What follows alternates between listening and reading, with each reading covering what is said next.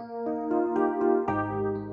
am Amy Anstey. Good morning. I'm an exercise physiologist and wellness coach for the past 30 years. I've worked in the field of exercise and health. In my 20s, I got certified in prenatal, postnatal exercise. Back when nobody was doing it, I worked with doctors in New York City, their patients, high-risk patients, and I had an abundance of prenatal clients. So I've trained hundreds of women over the years, and those women I've seen go from pre-pregnancy to post-pregnancy to, perimenopause and now beyond. Right around when I turned 40, I wasn't feeling well. I went to my gynecologist. I was having a bit of anxiety and I was exhausted all the time, but I was in really great shape. I was exercising 6-7 days a week, eating really well. And she said, I can put you on cyclical Zoloft or the pill. And I thought, well, why am I going to do that? I don't even know what that is. So I was like, no, that's not happening. And it took me about 2 years to find someone to diagnose hypothyroidism and vitamin D deficiency and vitamin B deficiency. And once I started with that, I felt much better. Needless to say, I didn't look back from there. And from there, I was like, okay, there's a bigger discussion here going on. Fast forward into COVID and my 50s, I started gaining weight and I had this little chubby belly and I was still exercising and then not eating enough because I thought, okay, all my life, I've exercised. I've never really had to watch what I've eaten, but I was very careful with what I was eating and I was still gaining weight and I was irritable and I had brain fog and okay, what is happening now? Brenda and I had a discussion and she's like, well, it's your hormones, your progesterone and your estrogen. They're like gone. So we did a blood test, moment that everything was in the gutter and started working with her doing hormone replacement therapy. We had a very serious conversation and here we are. So I'm Brenda Green. For those of you who know me, I'm a nurse practitioner. I've been a nurse for almost 30 years. I've worked in almost every area of medicine and nursing, clinical nursing, bedside nursing, a little bit of critical care nursing and nursing administration, education, you name it. A large part of my background is in orthopedics. For a number of years, I worked with a doctor in New York at the Hospital for Special Surgery who was pretty much the osteoporosis guru of the nation. A famous guy, his name is Dr. Follaine, brilliant. We were dealing mostly with women who typically osteoporosis. And so many of the women that we were seeing on a daily basis were women going through menopause, just shortly beyond the menopause transition, and now postmenopausal, all the way up to their 80s and 90s. And so I was able to see the ramifications of women who, the advice that I think Amy got from a couple of doctors and I got from a couple of doctors when I first started noticing that this was happening to me was just get through it. And I remember specifically from working with Dr. Lane, the people who just got through it and did absolutely nothing to help support their health in this transition, how they ended up where they ended up, fractured hips, different cancers, all kinds of things. So, at the time I was in my 30s, and you think when you're 32 or 33 or 35, whatever, that 50 is never going to come. And you go to sleep one night and you wake up and you're 50, and you start having these problems. And so I had a really great foundation of understanding all about that time of life, not from a perspective of a gynecologist or an obstetrician, more from the metabolic bone perspective, but again, learning from the best. When I, like Amy, started noticing symptoms, I didn't have necessarily the classic, moment of this must be the menopausal transition. I started feeling it probably I want to say around age 47. And my presentation was really dry skin, especially on my arms and my legs. It was unbelievable. And I didn't know what it was from. I thought it was because it was the summertime. Long story short, I went to 5 doctors in total. And two told me get through it. One prescribed for me oral estrogen, which is highly toxic, which we'll talk about that at some point, like the synthetic types of estrogen. And in my gut, I kind of knew it was not the right thing to do. And I could remember stuff from Dr. Lane's expertise about what's bad about it. And I was kind of like, I don't know if I want to take this. The one good thing that did come out of that study was that estrogen unopposed, meaning estrogen without progesterone, can cause all kinds of problems. So again, it all goes back to what Amy and I are talking about, and really want to make sure everybody understands and knows that it's all about the balance. So that kind of prompted me to learn more. So I was learning more, I was reading more, I was buying books, I was reading research articles. I joined NAMS, the North American Menopause Society, which I'm a member and a certified menopause practitioner. That just got me onto this whole trajectory of learning more and learning more and learning more. So then ultimately I took a whole bunch of courses in anti-aging medicine through the Association for Anti-Aging Medicine. And then Amy and I came together 10 years ago. We started with this, talking about it, not for necessarily menopause, but just women's health in general. This is something I needed, she needed, and we found so many people who need this. Right. So this was information and knowledge too, and help. As healthcare professionals, we've been having conversations over the years, and 10 years ago, we sat down at the diner and talked about joining forces, but it just wasn't the right time. So we've had conversations over the years. And then last year we were like, okay, it's time. There's so many people who need to be educated about their health and wellness, and they don't know where to go. And I said to her, we have so much information. We need to share this information. So we have an obligation to help people and to do this work. And we're passionate about it, and we know a lot, and we're still learning ourselves because science changes, as you know. But we are here really just to help you figure out how to navigate this time and feel the best that you possibly can, and help all women, because we're all going to go through this. So that's how Follaine Health was born. Follaine is Gaelic for wellness. We came up with that name. We're very excited. We got our new little Irish shamrock cups, and yeah, so things are really moving along with the business, and we're so happy to be here and to serve you guys. Questions at the end, so we're going to hop right into our discussion. So first of all, women are living longer, and the best years of our life don't end at menopause. They just start, and half your life could be menopause, postmenopausal and period free. So let's start off talking about what is estrogen and progesterone, and what are hormones. So estrogen, I think we all know we have estrogen. Women have estrogen, men have estrogen, and progesterone. They're the two sex hormones, but they're also hormones of growth and repair. Progesterone is really kind of comes under the umbrella of estrogen. And other hormones of growth and repair are testosterone, insulin, growth hormone, DHEA, and estrogen and progesterone. So when they decrease as we age, you're going to lack the ability to grow and repair. That's part of it. Hormones are chemical messengers that they're in every system and every organ of your body have hormone receptors. There's a lot of hormone receptors in the breast and the ovaries, and female sex hormones in the testes. In men, there's a lot of testosterone receptors. There are also hormone receptors in our gut, in our heart, everywhere, your brain.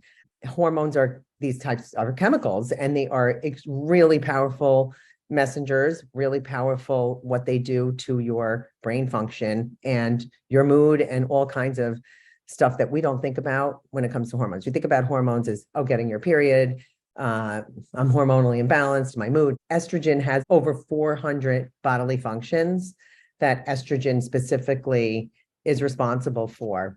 When you start to decrease the amount of estrogen in your body, these 400 bodily functions are affected. I think a good place to start might be some of the symptoms.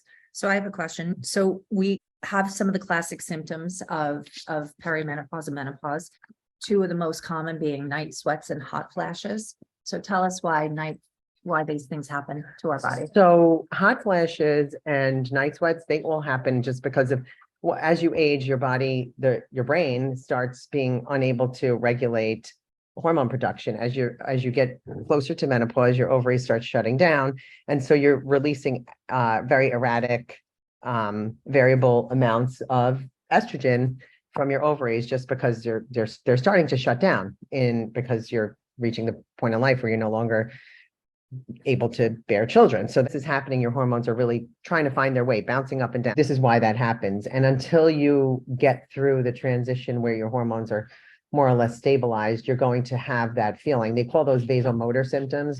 And that would be the typical hot flashes and palpitations and things like that. And those are the most common, what women complain about the most, menopause and in the perimenopausal I mean, I don't know time about period. the rest of you guys, but I sleep with the window open and the air conditioning on without the heat, because I'm always ripping the covers off, putting the covers back on, ripping them off, putting them back on. That was a rough time, but It my mom, really- you know, Yeah. primrose oil. You know, you don't realize, you don't understand it, or Yeah. until you experience how crazy it is. It's crazy. If you want to talk a little bit about the symptoms, we talk about, what do you think? Let's talk about anxiety and depression, because Right. so let's talk about how your hormones play a role in anxiety and depression. Hormones are very powerful on your brain and how your brain functions and your mood. Many of your hormones are synthesized in your gut and in your bowel. So you make estrogen every day. Not to be graphic, you poop it out. That's what happens. It's on this continuous, like, We're gonna making talk and about pooping poop. out, making it and pooping it out. You also pee it out, right? So they had, some of you guys may have already had a test called the urine NTX, where you have to leave your urine sample. It's like an early morning urine, and you're able to see what bone turnover is. It really specifically looks at bone turnover, and it's looking at the estrogen. So it looks at how much estrogen you're basically dumping in your urine, and that relates to how quickly you're turning over bone. That's how estrogen works, but there's much more of it that comes through your poop. that's synthesizing your poop, but it's easier to test urine. So the point is that estrogen is synthesized in your gut. And if your gut is not right, for whatever reason, bad diet, genetics, aging, antibiotics, tons and tons of reasons, right? Environmental things, then your estrogen balance, it's going to be harder to balance hormones. Also, your And the gut gut's related to your brain. Yes, 90% of serotonin is synthesized in your gut. When serotonin is out of balance, that's when you end up with anxiety and depression. All of these things play off of each other. And this is why we talk again about, it's all about the balance. You can't just give somebody a pill, which is what's happened in medicine, is that I'm having hot flashes and, they give SSRI, or here's those are antidepressants that act on serotonin. Okay, you're giving me the Band-Aid, but how can I fix the problem, right? So fixing the problem is really the big picture. And again, knowing what your personal individual issue is, mine's going to be different from Amy's different from yours, and figuring out how to help each individual person. So with the anxiety and depression, it has to do with your gut, your serotonin levels, how you are, the fluctuation in hormones bouncing all over the place and up and down, the fluctuations and how powerful that is on your brain. There's also other things brought into this, like your, blood sugar may be off, because as your estrogen decreases, your ability to use insulin is decreased. So you want to look at that too. As you know, when insulin levels and blood sugar levels do affect how your mood. There's so many things, testosterone levels, the balance, again, your thyroid sluggish. If your thyroid is sluggish, you will have issues with mood. So kind of like a comprehensive. And if you're stressed out, and your stressed cortisol out. levels affect your thyroid. So Right. it's all connected. Let's talk about neurodegenerative disease, and what are three of the most important factors there? Yeah. So when we talk about aging in general, so if you look at the big picture of aging, the three big things in anybody, man, woman, 50 years old, 60 years old, 90 years old, think about it. What's it all about? It's about vision, mobility, and memory. If you can't see, if you don't have a good memory, and you've lost your cognition, and you don't have mobility, you're done. That's it. End of story. Any of these three, right? So estrogen protects us as women. So I come across this issue with some women, as so has Amy, that there are women that are like, oh, I just got through menopause. I had a little bit of symptoms, but I'm fine. I'm fine. But I'm like, you're not fine, because once you go through menopause, again, you have really very little estrogen, and it continues to decline as you get older. I mean, it's not that bad. The first 10 years post-menopause, you're still making a little bit, just not enough to have children. It's getting, and it's lowering every year, right? So once fast forward to you're in your 70s, it's nil, So this is when you start to see the effects of no estrogen for all those years. Estrogen protects you from macular degeneration, cataracts, glaucoma, all these eye diseases. Again, it protects your vision.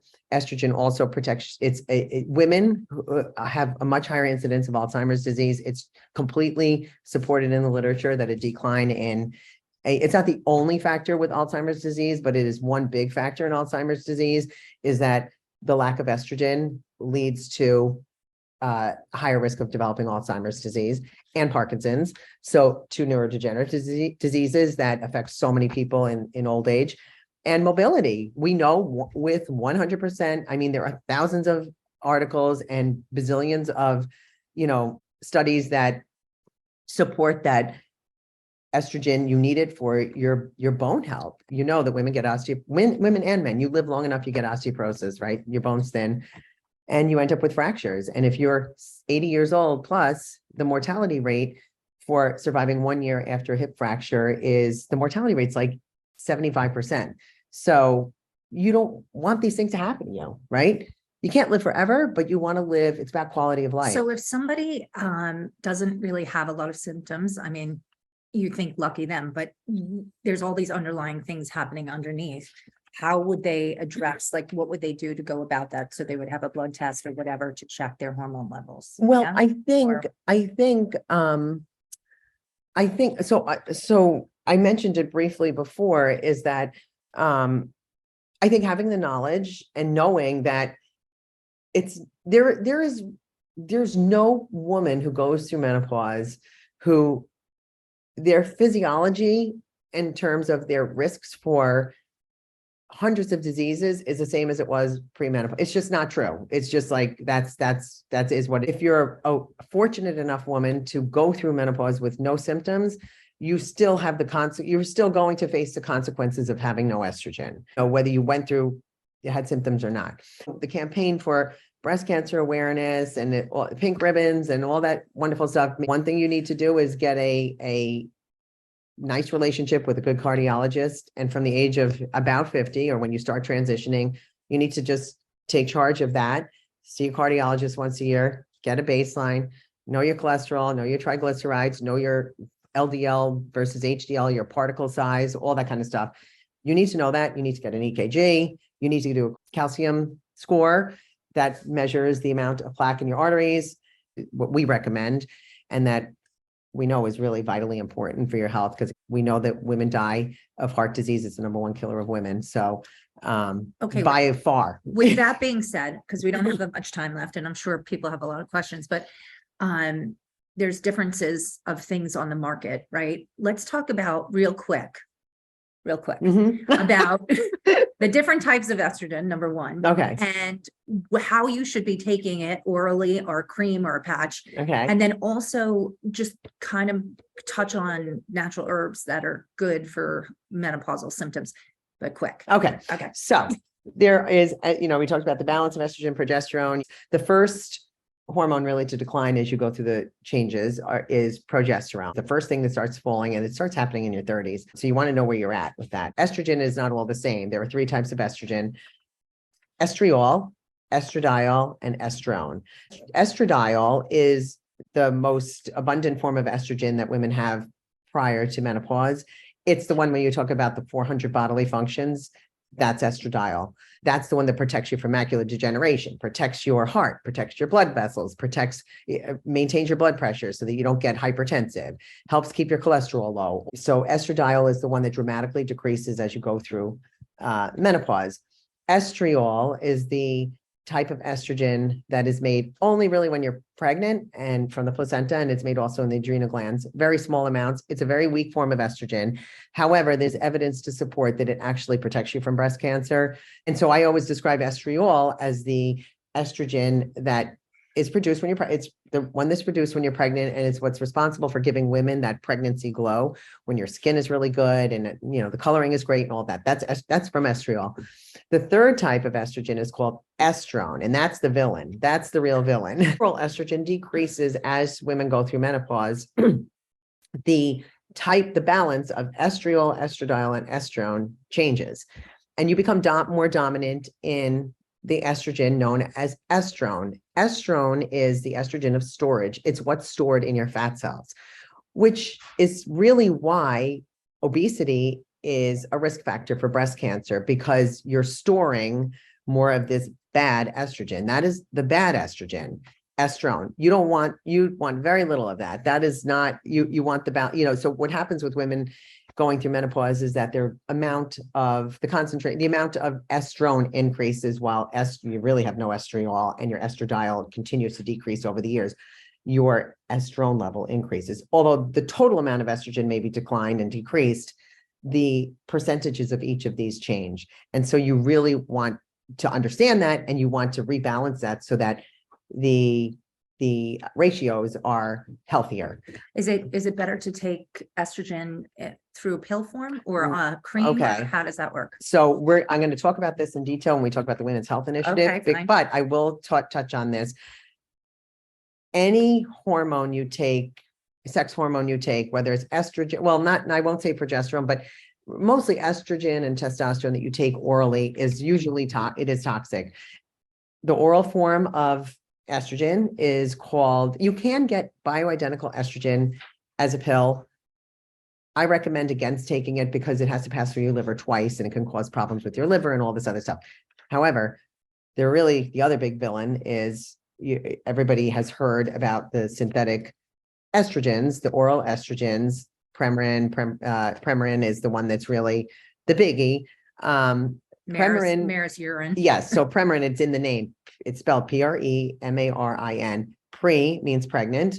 MAR means horse, and IN means urine. So it is made from the urine of pregnant horses, and it's put in a pill, and that's what's given to women. It's a synthetic form of estrogen. Synthetic hormones send incomplete signals. So they end up, that's part of why they are toxic, essentially. I can't get into the details, but I will in a video later on.